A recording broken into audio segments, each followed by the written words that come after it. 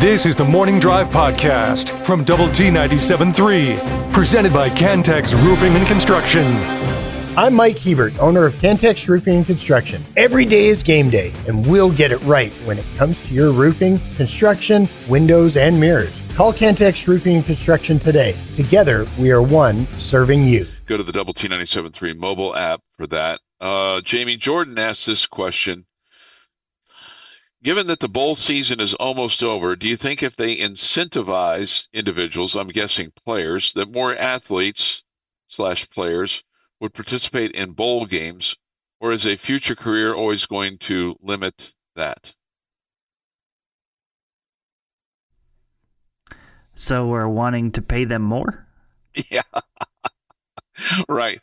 And I just don't think – I think you're always going to have players that are going to opt out because they don't want to hurt themselves going into an NFL draft or whatnot. I still think that's but maybe also the going into the portal aspect of it is the other aspect of that. I think there should probably be some incentives to play, like we're going to take money away from you if you don't play. Yeah, that seems like it makes sense to me. I think to answer Jordan's question, yes. I think that there would probably be some of these guys that would play instead of sitting out if there was more money on the line for them. Am I in favor of doing that? 100% no. Yeah. I'm more on what you just suggested, Chuck. How about, okay, well, you don't get your last payment until after the bowl game, and if you don't play in the bowl game, well, then you lose a portion of whatever was owed to you.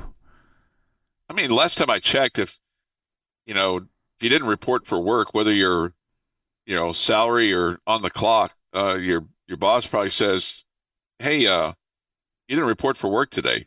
Oh yeah, man, I just was kind of saving myself for the end of the week. I didn't want to injure myself. I got a big meeting on Friday, or I've got this, extra, they're going to go, okay, well, we're not paying you for yesterday then, right? Yeah, I mean, everything works. Everything you're saying makes sense, but we know that those are apples and oranges there. I mean, sure. You showing up here at the radio station compared to what college athletes are asked and allowed to do is a different deal. Yeah. So switching gears to the Cowboys and Mike McCarthy. I don't know if he's in limbo or not. I feel like if you're Mike McCarthy, you probably got up this morning and go, well, I'd really like to stay with the Dallas Cowboys. We're settled here, me and the missus and the family.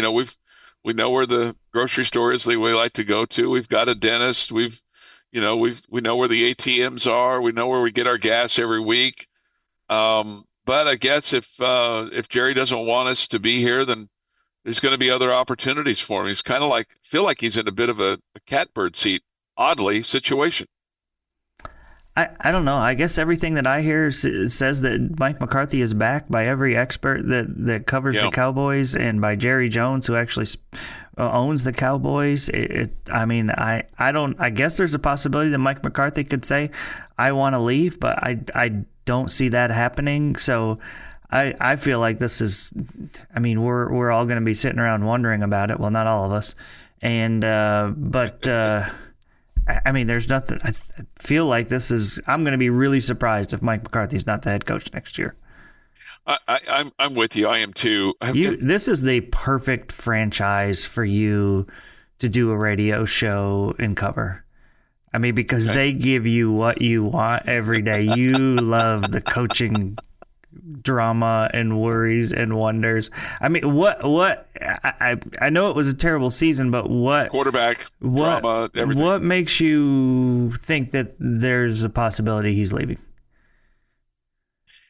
Well, after Jerry spoke to the media for some rambling 30 minutes yesterday, what NFL owner does that? One NFL owner talks to the media after the game, and then another what is this new? Media for 30 minutes. New, Chuck?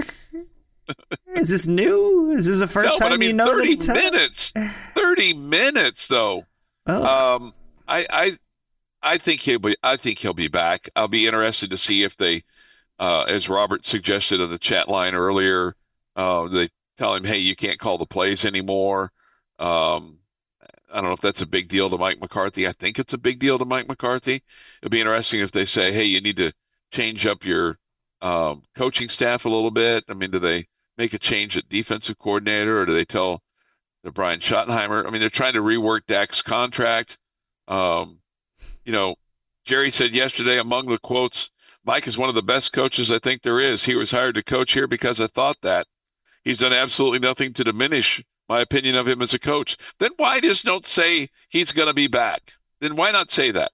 Hey, we're going to work out a contract. I want Mike to be back. Why not say that? Because if he said that, then we wouldn't be talking about the next 3 months of, is Mike McCarthy going to be back with the Cowboys? And you're feeding right into it. Yeah. You Chuck Heinz, who are zooming in from Kansas, that you are feeding right into it. You are making this story continue. It is people that look for these kind of things, and there are enough of them in Cowboy Nation that they look for it. And every time the Cowboys shows up on ESPN, everybody clicks on the story, and that's why ESPN's going to write the story about it. And Jerry loves it. You ask the question, and you are, in fact, the answer. You are the answer, he said. Jerry also said this. I don't know that I'm considering making a change. Really, what I'm trying to say is I agree with you. The complimentary verbiage or talk about him, I think, is fact. I can say that about him with regard to him being a good coach. Yeah, so I think he's going to be back, but I think there's probably going to be some changes on his staff. Okay. So if Mike McCarthy's a great coach, like Jerry Jones says, a very good coach. Okay, and if he's a good coach, and this team they've been really good the last 3 years before this year. Sure, okay, right. just not in the games. postseason. Not in the postseason. I mean, do we just write this season off with then it was just the injuries were just too much to overcome this year? I think if you're any other franchise with the talent that they have on that team and what they didn't have, throughout that season, yes, I think you would say that, Jamie. I would also say that while your injuries were a huge factor this year, your departures from the previous few years. I don't think your roster was as good this year as it was in past years. And Jerry said he'll take some blame for that because he's the one that delivers the roster to the head that's coach. What that GM title means. Yeah. Congratulations, Jerry. Thank you for finally understanding what that means. Yeah, and he's doubled down on all of it by, again, signing Dak to a contract that's way too much. So, right. Good luck. Good luck with all of that. So we'll keep you posted, or I'll keep you posted, because as your Cowboy, we can hardly wait. Sergeant at Arms, I'll keep you on the stick up. The Morning Drive podcast from Double T 97.3 is presented by Cantex Roofing and Construction. Sports history today is Monday, January the 6th, 2025. Here's Jeff McGuire with the news and notes. Going to start in 1925 because we haven't heard from him in a while. Paavo Nurmi sets an indoor record, 4 minutes, 13.6 seconds for a mile run. And then 14:44.6 for the 5,000 meter. That's crazy that he ran both those. In 1976, Ted Turner purchased the Atlanta Braves for a reported $12 million. 1985 AFC Championship took place at the Miami Orange Bowl. Dolphins beat the Steelers 45-28. In the NFC at Candlestick, San Francisco 49ers beat the Chicago Bears 23-0. 1994 U.S. Figure Skating Championship took place. Nancy Kerrigan is attacked by Tanya Harding's bodyguard at the U.S. Championships in Detroit. So that was an interesting time. It was very interesting. Oh, man. You talk about country come to town. That was Tanya Harding. Man alive. Bizarre. And in 2018, Keenan Evans delivered 16 of his game-high 27 points during the second half.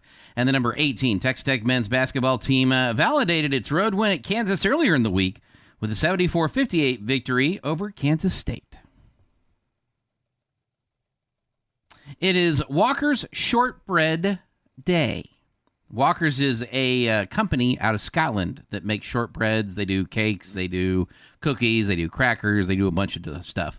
What they did to deserve a day, I don't know, but it is their day. Walker's Shortbread Day. What is the feature of a shortbread? I mean, is it a taste, or is it? It's not that it's small, right? No, it's not just size. It's the ingredients that it's usually It's good though. I like it. Yeah, it's not a bread so much as a cookie is the way I'm mainly known. Like the Girl Scout cookies that are the Girl Scout logo, those are shortbread cookies. Yeah, they're kind of plain. They're boring. Whatever. I like them though.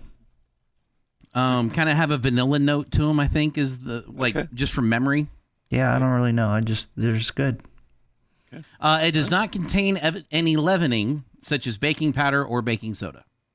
So there's your big difference there. 647.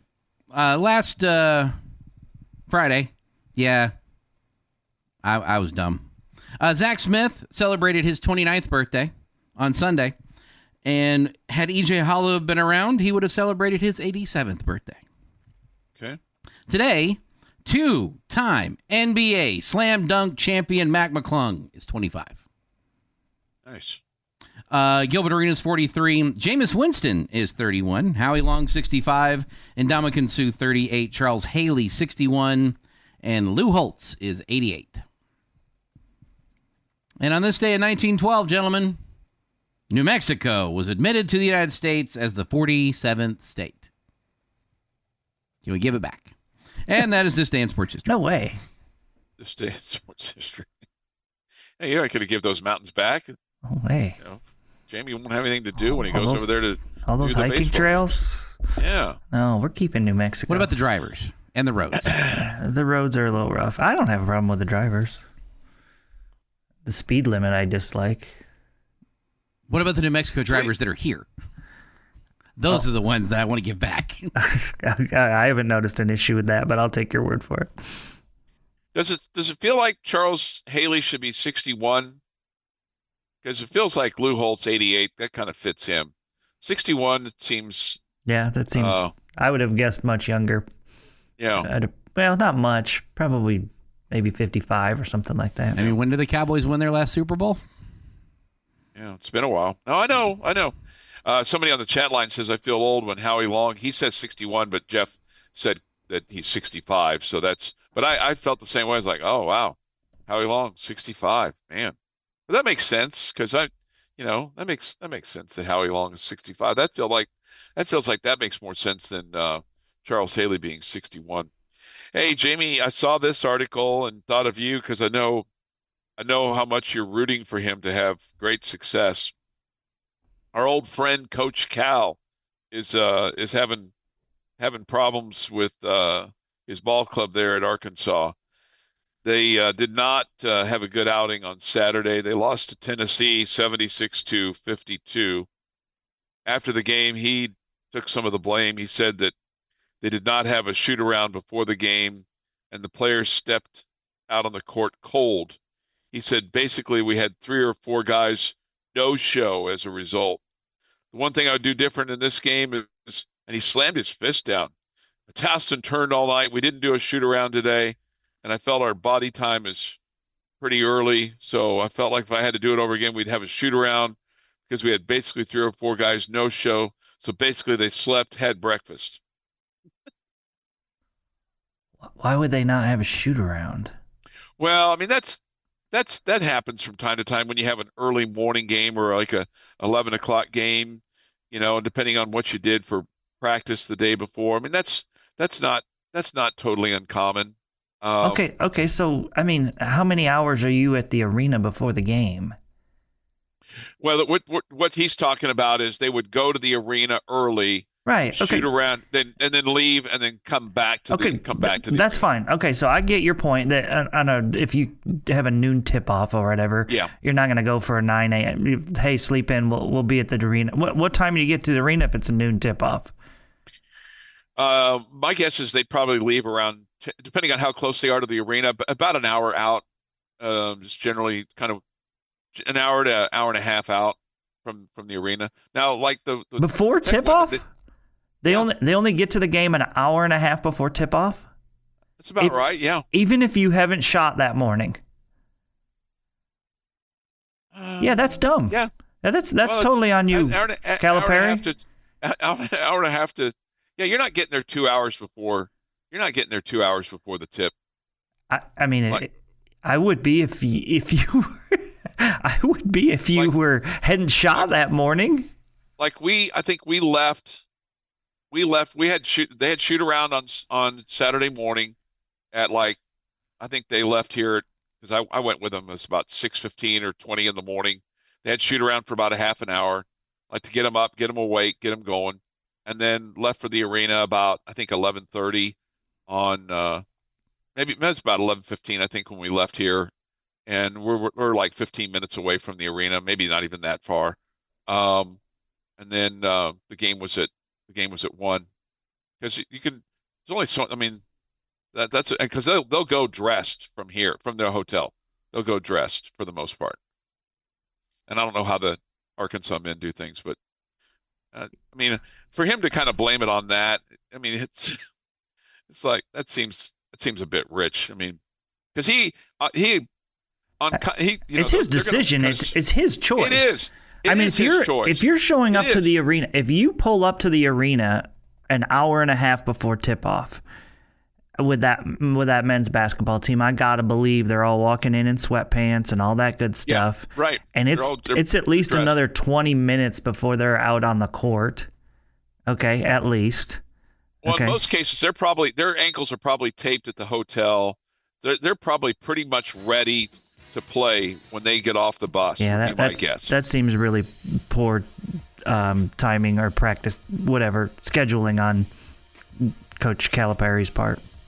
Yeah, and I don't know what Coach McCaslin's, I don't know what their pregame routine is, and generally, I mean, there's a lot of times that I think that's generally the kind of the way it is, with even the Tech opponents, the women's opponents that I've seen come into the arena, hour and a half or so before the tour tip when they get here.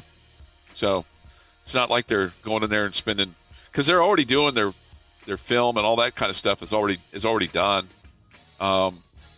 Everything it's just getting there, and they don't want to spend forever in the locker room. So, and they get out and get some shots up and that kind of stuff. So I don't know, but it's kind of weird to me that he was kind of blaming it on that. Your daily dose of sports and fun. This is the Morning Drive Podcast from Double T 97.3, presented by Cantex Roofing and Construction. Thank you for being with us today. Jamie Lent, Jeff McGuire, I'm Chuck Heinz.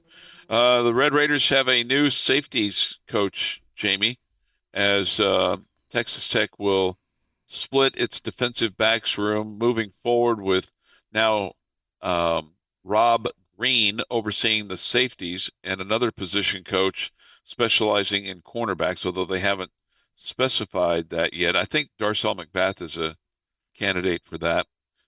Coach Green comes to Texas Tech. Rasheal Woods, defensive staff from Tulane. So this will be the third time that he has worked with Coach Wood, as they were previously on staff together at Wofford and at Tulane. I mean, when you hire a defensive coordinator, you've got to give him the opportunity to bring in the guys that he wants, and they're going to bring guys in that have familiarity with the coach and the scheme and all that. Joey McGuire said his familiarity with Coach Wood, our new defensive scheme, make him a perfect fit to join our staff. He has significant experience as both a defensive backs coach and as a defensive coordinator from his time at Wofford and Tulane. Well, we welcome that experience and we welcome that scheme as long as it works, right? Yeah, no question. And I do think the fact that, Coach Wood is not having to coach up his defensive coaches rather than those guys already knowing what he wants and the way he does his system is incredibly important. So good that you're getting a guy that's got some experience coaching with Coach Wood. So that's I guess that's step one. It will be interesting to see how things look offensively and defensively next year for this football team, because I think it's going to look different. I mean, I guess it's got to look different, because if you keep doing the things the same way, then you're going to just keep going 7-5, 8-4, kind of be where you are. And that's not kind of what's on the goal sheet for 2025, Jamie. I think it's a little bit more than that. It's heftier, like 2 or 3 wins more than that. And if you're going to do that, you got to play better defense, right? No question about it. I mean, if you talk about wanting things to change and not do the same thing, you got to improve defensively. That was really rough last season. So hopefully those changes and with the new additions will help you with your defensive scheme and all that kind of stuff. I look forward to hearing about the new lingo. But, not that I'm going to tell you I'm going to understand it, but I look forward to the new lingo. What is it? What are they telling us? When they're coming out of camp or coming out of the summer workouts and getting ready for the fall, and then the first game, when we hold somebody to single digits, 6 weeks in a row. Wouldn't that be something? That would be shocking. That would be something. It would be shocking. It doesn't feel like it's realistic, but right. Yeah. I dream, right? Sure. Yeah, I'm not as interested in the lingo as I am seeing the defense be better and help us win. I knew that. I was just trying to the lingo. Lingo. Like what's the lingo? Is it this? Is it that? How does that work? All right. So we talked about this about an hour ago, but as folks dial in, they're probably going, why aren't you talking about the basketball game? So the Red Raiders win it over Utah 93-65, move their record to 10-3, 1-1 in the Big 12. What stood out to you the most, would you say? Really, I would say the defensive side of the ball. I just feel like you were a completely different team than you were on Tuesday when it felt like UCF just did whatever they wanted at the offensive end. And then the other thing that you did is you shot the ball better too, Jamie, especially from beyond the arc. I mean, so I guess this is going to be a deal where, I mean, I don't know that you can live by the 3, but you just can't die by the 3. I don't know that you have to shoot 12 threes every night to win, but I know this, you can't shoot just 3 threes every night and win. Is that fair? I think you need to change the word shoot to make. Make? Yeah. Okay, you gotta. Yeah. I mean, you maybe you don't need to make 12 a game, but you definitely need to make more than 3. Okay. Yeah. I think that we're gonna go through this season, Chuck, and I will be shocked if there's not another game where we look at it and go, you won because of how good you shot the 3 ball. And that there will be another game where you're saying, man, it's really hard to win a basketball game when you shoot that poorly from behind the 3-point line. It's just the nature of being a team that shoots that many. That's why you need, Darion Williams and guys on the inside like JT Toppin to be a factor and it not be all about the 3-point shooting. Yeah. You did out-rebound them 31-29. It's hard to get a bunch of offensive rebounds because you got 11 on the game when you shoot so well from the field. You were 59% from the field and you shot 34 of 58. So when you think about it, you were 22 of 32 from the field without the threes. That's pretty doggone good. That's really good. 22. Really good. Yeah, it's really good. I mean, it's like okay, take that and do that every game, and then you'll win a whole bunch of games, right? Yeah, that's better than 66%, so that's really good. Yeah, that's really good. Your next opponent will be BYU. They're 10-3 on the season. They 1 up and 1 down in the Big 12. They fell to Houston 86-55. That's no big crime, losing to Houston or losing at Houston. I'm sure they would love to have played better. They turned the ball over 15 times against the Cougars. They only had 1 player in double figures with 12. The next leading scorer had 9.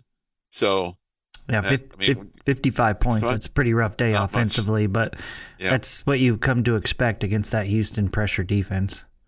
Yeah, and as far as Houston is concerned, I haven't looked at this yet. Let me see if I can get to that note. Might not be able to. Oh yeah, I can. I was going to see how many points off turnovers they got.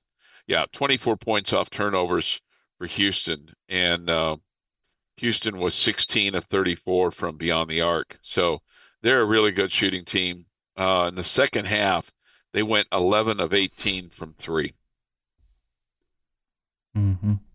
That was an inspiring halftime speech from Kelvin Sampson, probably to his troops. Hey, got to shoot the ball better in the second half, boys. Let's go get them. Mm-hmm. Would you like to be in there at halftime when they have those speeches? This could be a fly on the wall. I'm sure I would enjoy listening to Coach McCaslin once or twice. Sure. Yeah. Sure. I think that. I don't think every game, but yeah, I think it could be. Yeah, no, not every game. Just kind of just once to say you did it. Maybe once like in a positive first half and once in a negative first half. But the problem with the negative first half is when those kind of conversations are going on, it's a little uncomfortable for everybody, right? Even if you're just the fly on the wall, I think it's uncomfortable. Yes, I hate those uncomfortable flies. I always want the flies to be comfortable. Sure, right. It's like, hey, are you comfortable? Can we get you a cup of coffee? 7:23 this morning here on the Morning Drive. Thoughts, comments, Yates Flooring Center chat line. Go to doublet973.com and hit us up there on the Yates Flooring Center chat line. Let's see. Somebody says this. Sometimes it feels like you could put Tech jerseys on Alabama's roster and they would go 8-4. That makes you feel like that means it's just bad luck. This past year you put Alabama jerseys on Alabama players and they only went 9-3. So right. It's only one game difference. Think there's a little heat on that guy? Man alive. Yeah, definitely. They fired one of their coaches. So they have lofty expectations there. Understandable. At Alabama. Yeah. Very understandable. 7:24 this morning here on the Morning Drive. Jamie's question of the day is next. Your daily dose of sports and fun. This is the Morning Drive podcast from Double T 97.3, presented by Cantex Roofing and Construction. Jamie's question of the day on Double T 97.3 is brought to you by Connecticut of West Texas. All right, pretty simple here. 2-part question. We're talking Red Raider men's basketball. I want you to give me one thing that's a positive surprise for you so far and one thing that is a negative surprise for the Red Raiders so far. I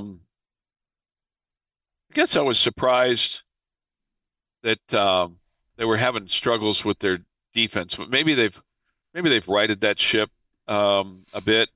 And I think for me the big surprise from a positive standpoint, and we talked about this earlier, is the play of Federico. I think he's more of a presence than I thought he was going to be, and he's so far been productive for you, and I like that. I like that the big guy is coming in there and having making a presence of himself. I mean, he had a good game on Saturday. He had 14 points. He was 7 of 9, which is what you want him to be because he's shooting at point blank range. He played 24 minutes. They have to deal with him. So that's what I think. Jeff?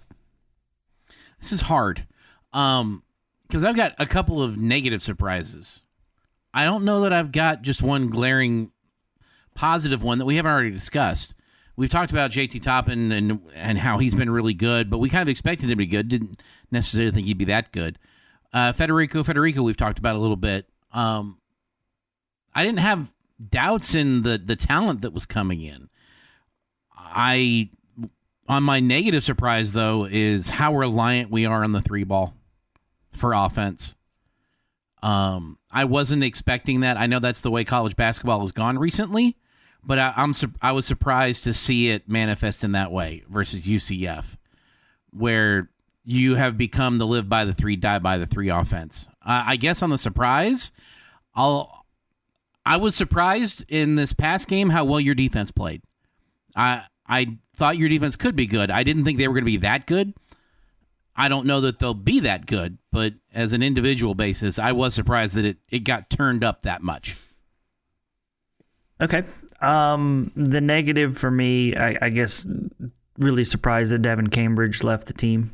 That would be the negative surprise for me, because felt like he was an all-in team guy, so that was a little bit surprising. I got a lot of positive surprises. I'm with Jeff and feeling like JT Toppin thought he'd be good. I didn't think he'd be this good, and he's been really impressive. The one guy that I think that jumps out to me, so my answer for the biggest surprise is Christian Anderson. I heard that he was a great athlete and all the above, but I just think that this guy is he's oozing with talent. I think he is going to be a terrific player, and he does not look like the bright lights being a freshman is bothering him whatsoever. I just think he's going to turn into a star for the Red Raiders. So Christian Anderson would be my biggest surprise. Right behind him, though, with Kevin Overton.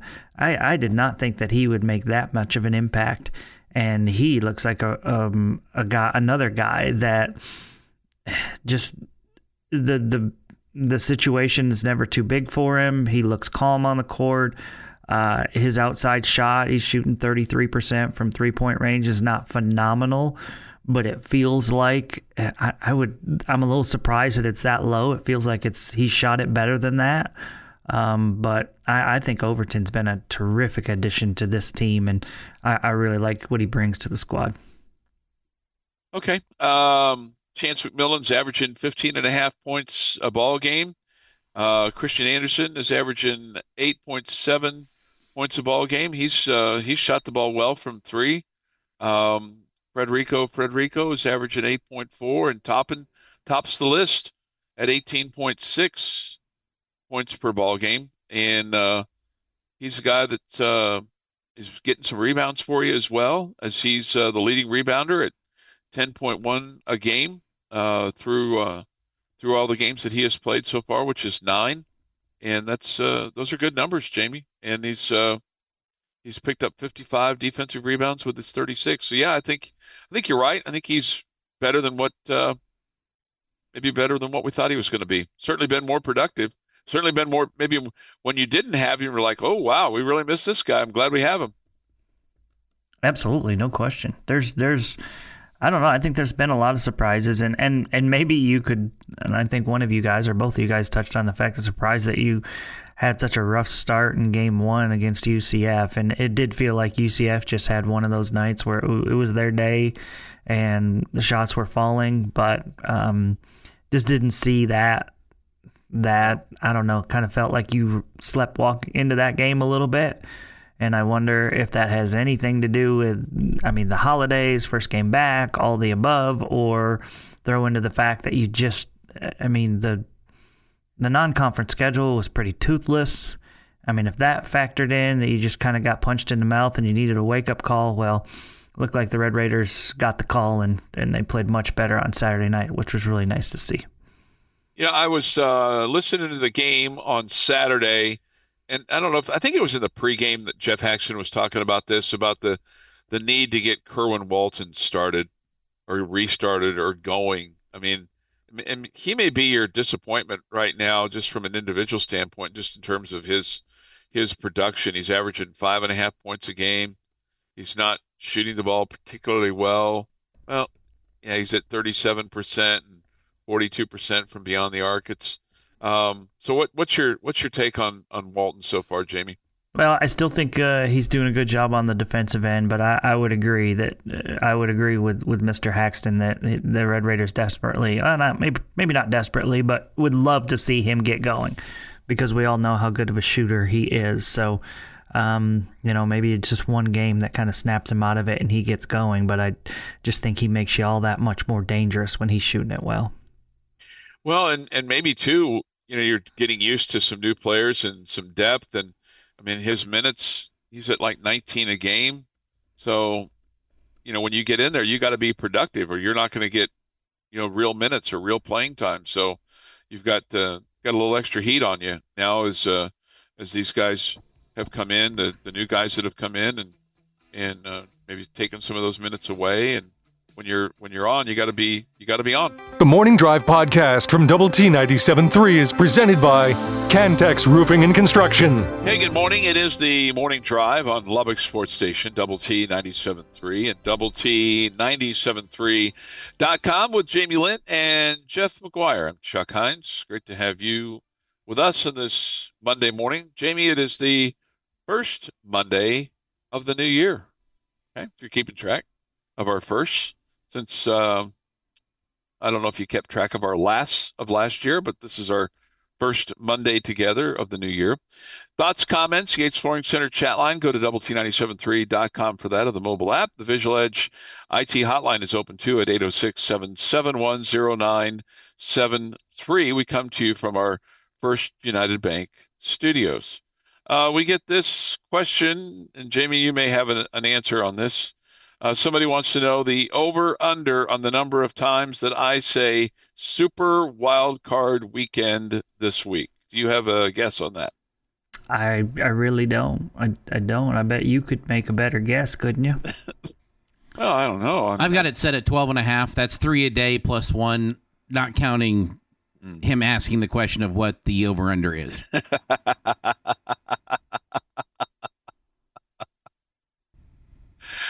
Okay, so you were counting. You weren't counting. I'm not counting today. For the rest of the week. It's 12. I'm counting Tuesday. Okay. I was going to say, how is not counting today? Okay. Because today is inspiring the bet. We start officially counting tomorrow. Well, yeah. I mean, you guys understand that if there's a bet involved, Chuck has the complete control. He has no control, right? Yeah. There's no. He has control. He can decide whether he gets it right or wrong by what comes out of his mouth. My statement still stands. What comes out of my mouth? We're all wondering that, right? Well, no, I'm just saying that you were in control. Yes, yeah, absolutely. No, I am. You're right. You're right. Could he never say it? Yes. Will he say it? Yes. Now I'm inspired not to do it. Let's see. When I saw Cliff celebrating the last TD yesterday, I thought, why would he want to go back to being a head coach and put himself through that? I haven't seen him that excited and having that much fun in a long time. Yeah, I think he himself said in the last week or so that, he was grateful to Dan Quinn for, helping him find fun in football again. So that's good. I think I'm glad he did. I think the answer there is money and guys who are coaches like being head coaches. Yeah. Oh. Yeah. So yeah, there you go.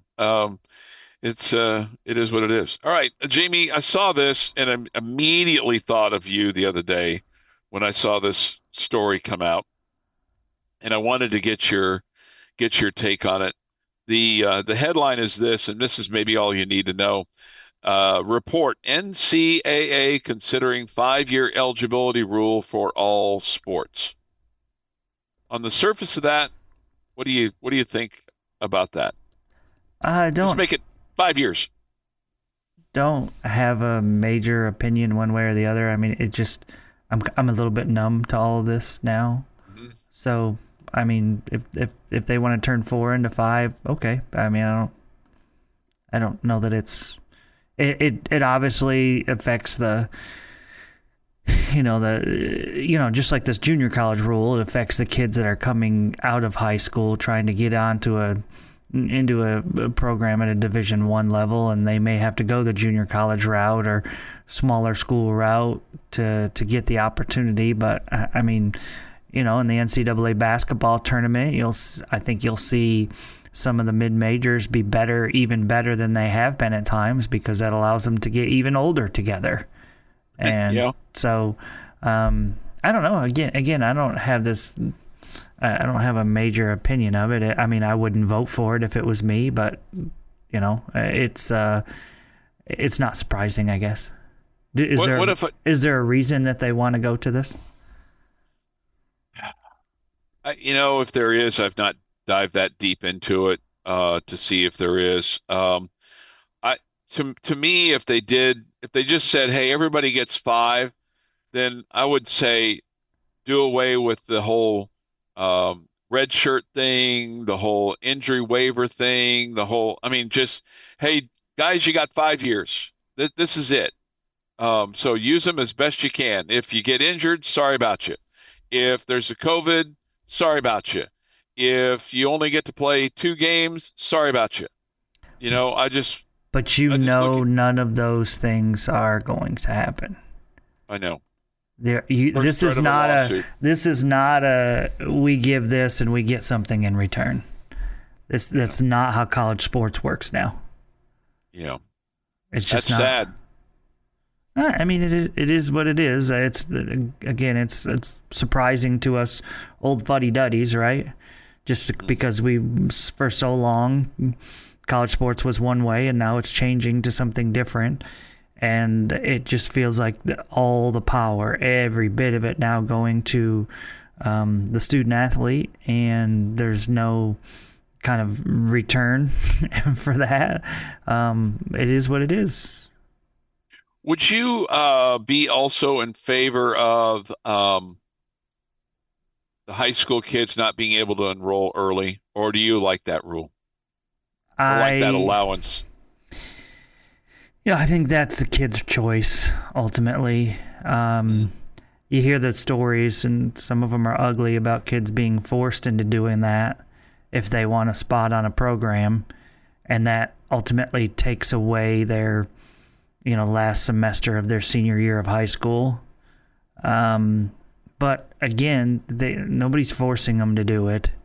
Right. They ultimately have the choice to say no, but it's probably hard for kids to say no when you're worried that that's your best opportunity to get it, to get that D1 offer or whatever.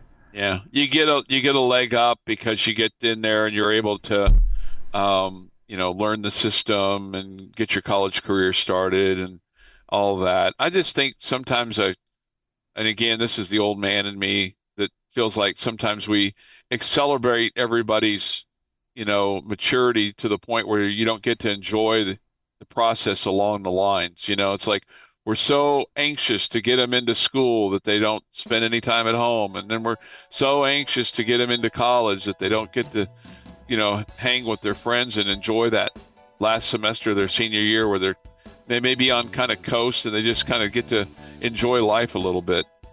I don't know. I see your point, but again, ultimately it's the student athlete's choice. You're right. Nobody's putting a gun to their head. This has been the Morning Drive Podcast, presented by Cantex Roofing and Construction. Check out our library of Double T 97.3 podcasts at doublet973.com.